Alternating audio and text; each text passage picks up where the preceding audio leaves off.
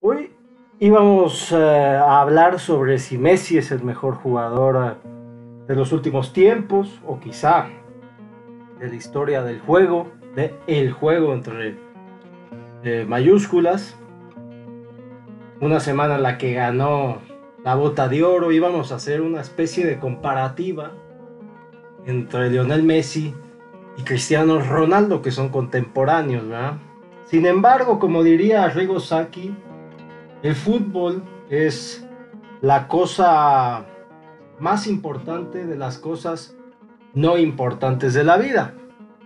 Y por ende, tratándose de un podcast periodístico, tenemos que hablar de las cosas realmente importantes en una semana con acontecimientos relevantes para nuestra historia humana, como el acuerdo del Brexit, como la retirada de las tropas de Estados Unidos de Siria, la sentencia catalana y todos los desmanes que estamos teniendo en Barcelona, eh, pero sobre todo, siendo yo mexicano, hay que poner la vida humana encima, ¿no? Encima de cualquier tema. Este es un podcast hispanoamericano, entonces obviamente los temas que tengan que ver con nosotros van más arriba de la lista. Por eso no hablamos de Siria el día de hoy, hablamos de México. Porque en México la crisis de la violencia está como en los tiempos de antaño, cabrón. Ahora sí que en lo que se parece la 4T a la Revolución Mexicana, que es el gran hito en la historia para Andrés Manuel López Obrador, es en los muertos. En eso sí se parece un montón, porque en todo lo demás no. Entonces teníamos que hacer una reflexión más allá del rectángulo verde, el día de hoy, aquí en el podcast. Señoras y señores, bienvenidos a Aunque Duela, un podcast en el que hablamos sin tapujos y decimos todo aquello lo políticamente incorrecto en unos días, en una época en la que pues hay que quedar bien con todos, pues aquí lo decimos. Por eso se llama así. Así que bienvenidos. Los cuento rápidamente. Las últimas 2 semanas en México, el país de los aztecas y los mayas, muchas otras más tribus indígenas, ha vivido como en los tiempos del inicio de la guerra contra las drogas de Felipe Calderón, allá en 2006, 2017. Los últimos 15 días en México han traído muertos como si las calles de las ciudades mexicanas se trataran de rastros porcinos, en donde el gobierno del cambio, de la cuarta gran transformación de México, se ha quedado cortísimo en su reacción. La violencia ha afectado principalmente a policías, a soldados y también a sus familias, a sus hijos, a sus madres, sus esposas. 15 muertos y más desaparecidos por allá, 12 muertos por acullá. Pero la guinda del pastel fue convertir una ciudad de por sí a manos del narco, en una zona de guerra, al más puro estilo de las ciudades del Medio Oriente. El problema es que México no está en una guerra como tal. Tenemos una crisis de crimen organizado. La corona del pastel, pues, fue la puesta en libertad, nada más y nada menos, de un chico con orden de extradición a los Estados Unidos. Estoy hablando del hijo del Chapo Guzmán, que para el momento ya debe ser noticia mundial, así que esto no es noticia para nadie. Sucedió la tarde de un jueves cualquiera en la capital del narcotráfico en el mundo, que es la ciudad de Culiacán, Sinaloa, y una ciudad bonita, de gente trabajadora, de gente buena, de mujeres muy guapas. pero que está en el mapa del mundo, lamentablemente, por el narcotráfico. Un jueves cualquiera en un mes, en el mes macabro, en el mes de Halloween.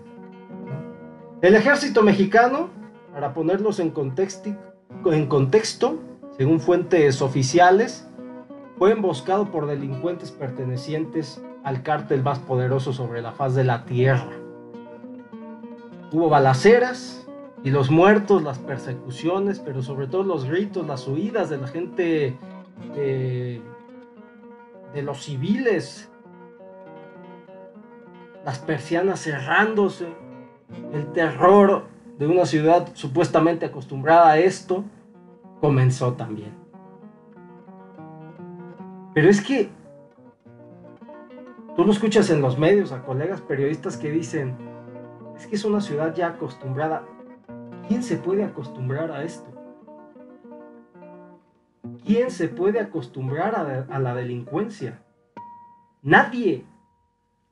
Nadie.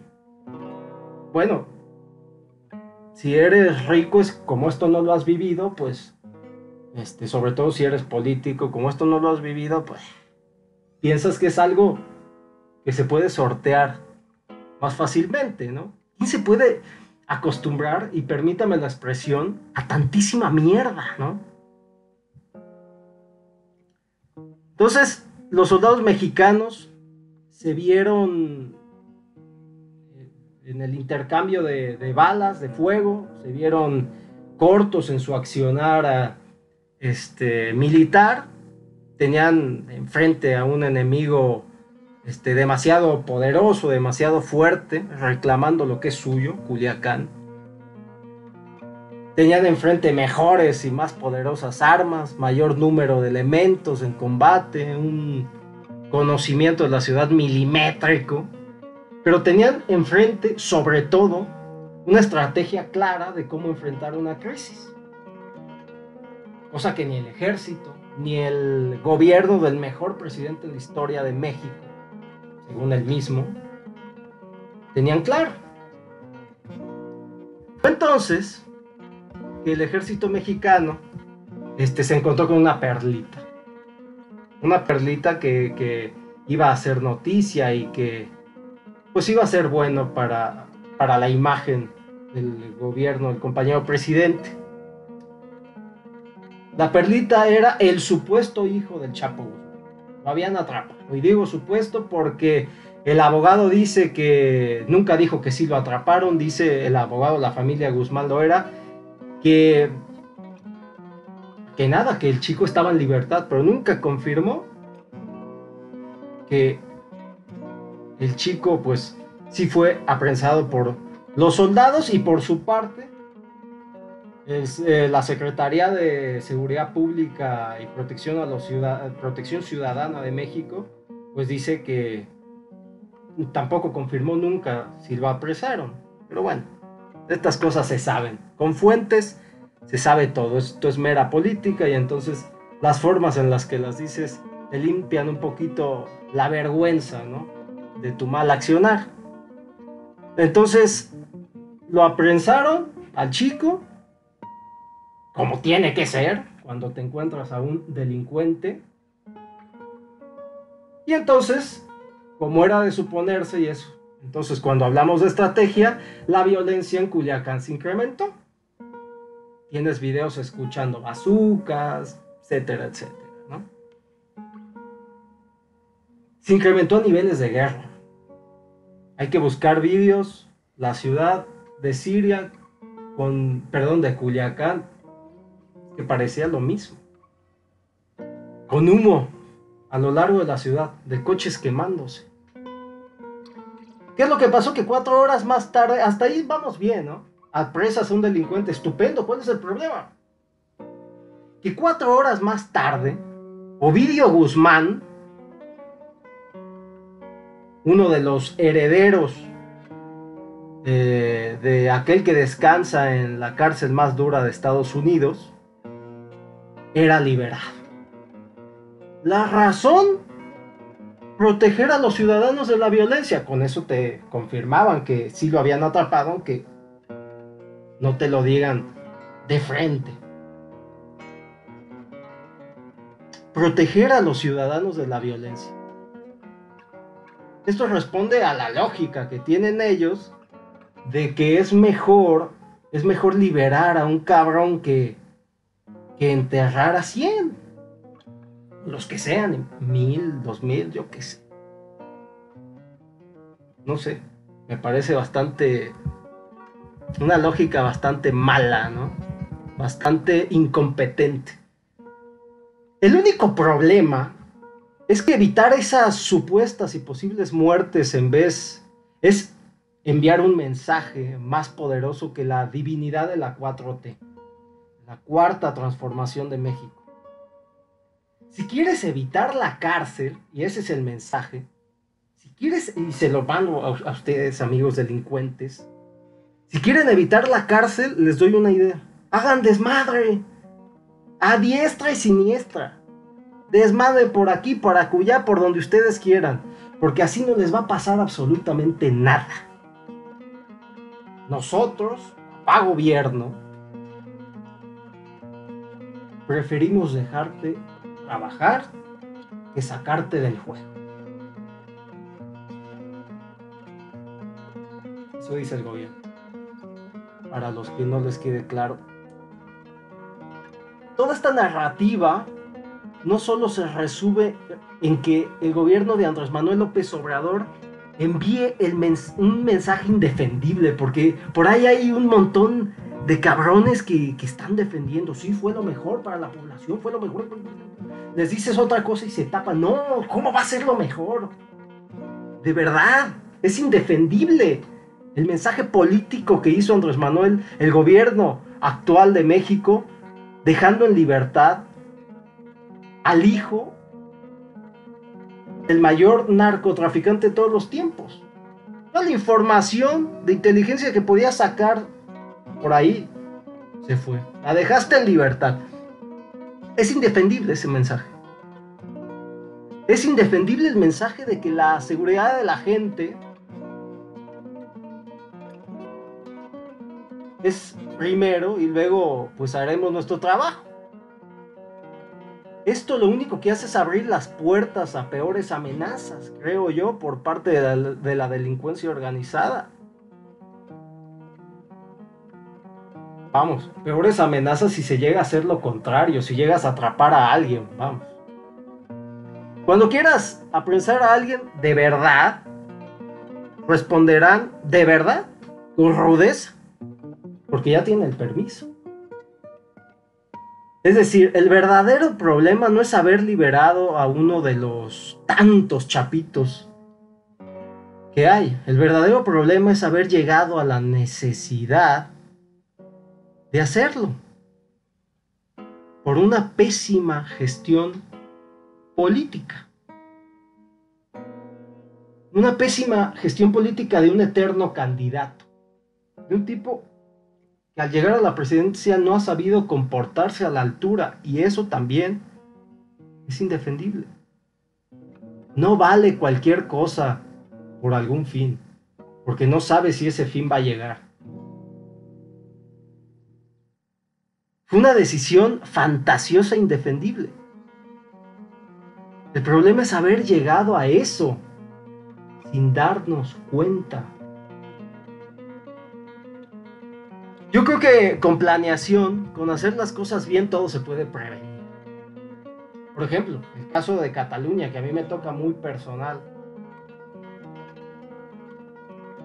Si hubiese dejado el gobierno español hacer un referéndum en 2015 para saber si el pueblo quería llevar a cabo un referéndum de autodeterminación, y a partir de esos resultados hacer un referéndum de verdad, sí o no, sobre la salida de Cataluña del Estado español, si se hubiera hecho eso, ver ese referéndum para saber qué es lo que quería hacer la gente, si un referéndum u otra cosa, y por ende negociar la Generalitat de Cataluña y el gobierno del Estado español, negociar Si se hubiera hecho eso, no estaríamos hablando los últimos 2 años de violencia y desmanes de los CDR en Cataluña. No veríamos botes quemándose, ni coches incendiándose. A una vecina le quemaron un coche. ¿Quién se lo va a pagar? Torrent? ¿Quién sabe? Lo dudo. ¿Que era anticonstitucional? Pues sí. La independencia. Pero no es anticonstitucional preguntar qué es lo que quiere un pueblo. Eso se pudo haber prevenido. Todo lo que vemos ahora se pudo haber prevenido y estoy seguro que Cataluña estaría dentro. Eso no me corresponde a mí, le corresponde al pueblo catalán. En el caso del narcotráfico, trabajar la raíz del asunto es crear oportunidades de empleo. ¿Cómo? Mediante la facilitación de la creación de empresas, mediante traer inversores, llamar la atención de esos inversores, porque esos crean empresas y crean empleos. Mediante también el deporte, no solo el béisbol, señor presidente, pero sobre todo tener profesores evaluados con la educación. Es que todo se ha hecho mal y esto parece que irá de mal en peor. Como sea, ya lo veremos. Nadie es adivino. Y de cualquier forma, creo yo que por lo menos la industria de las flores lo está pasando bien.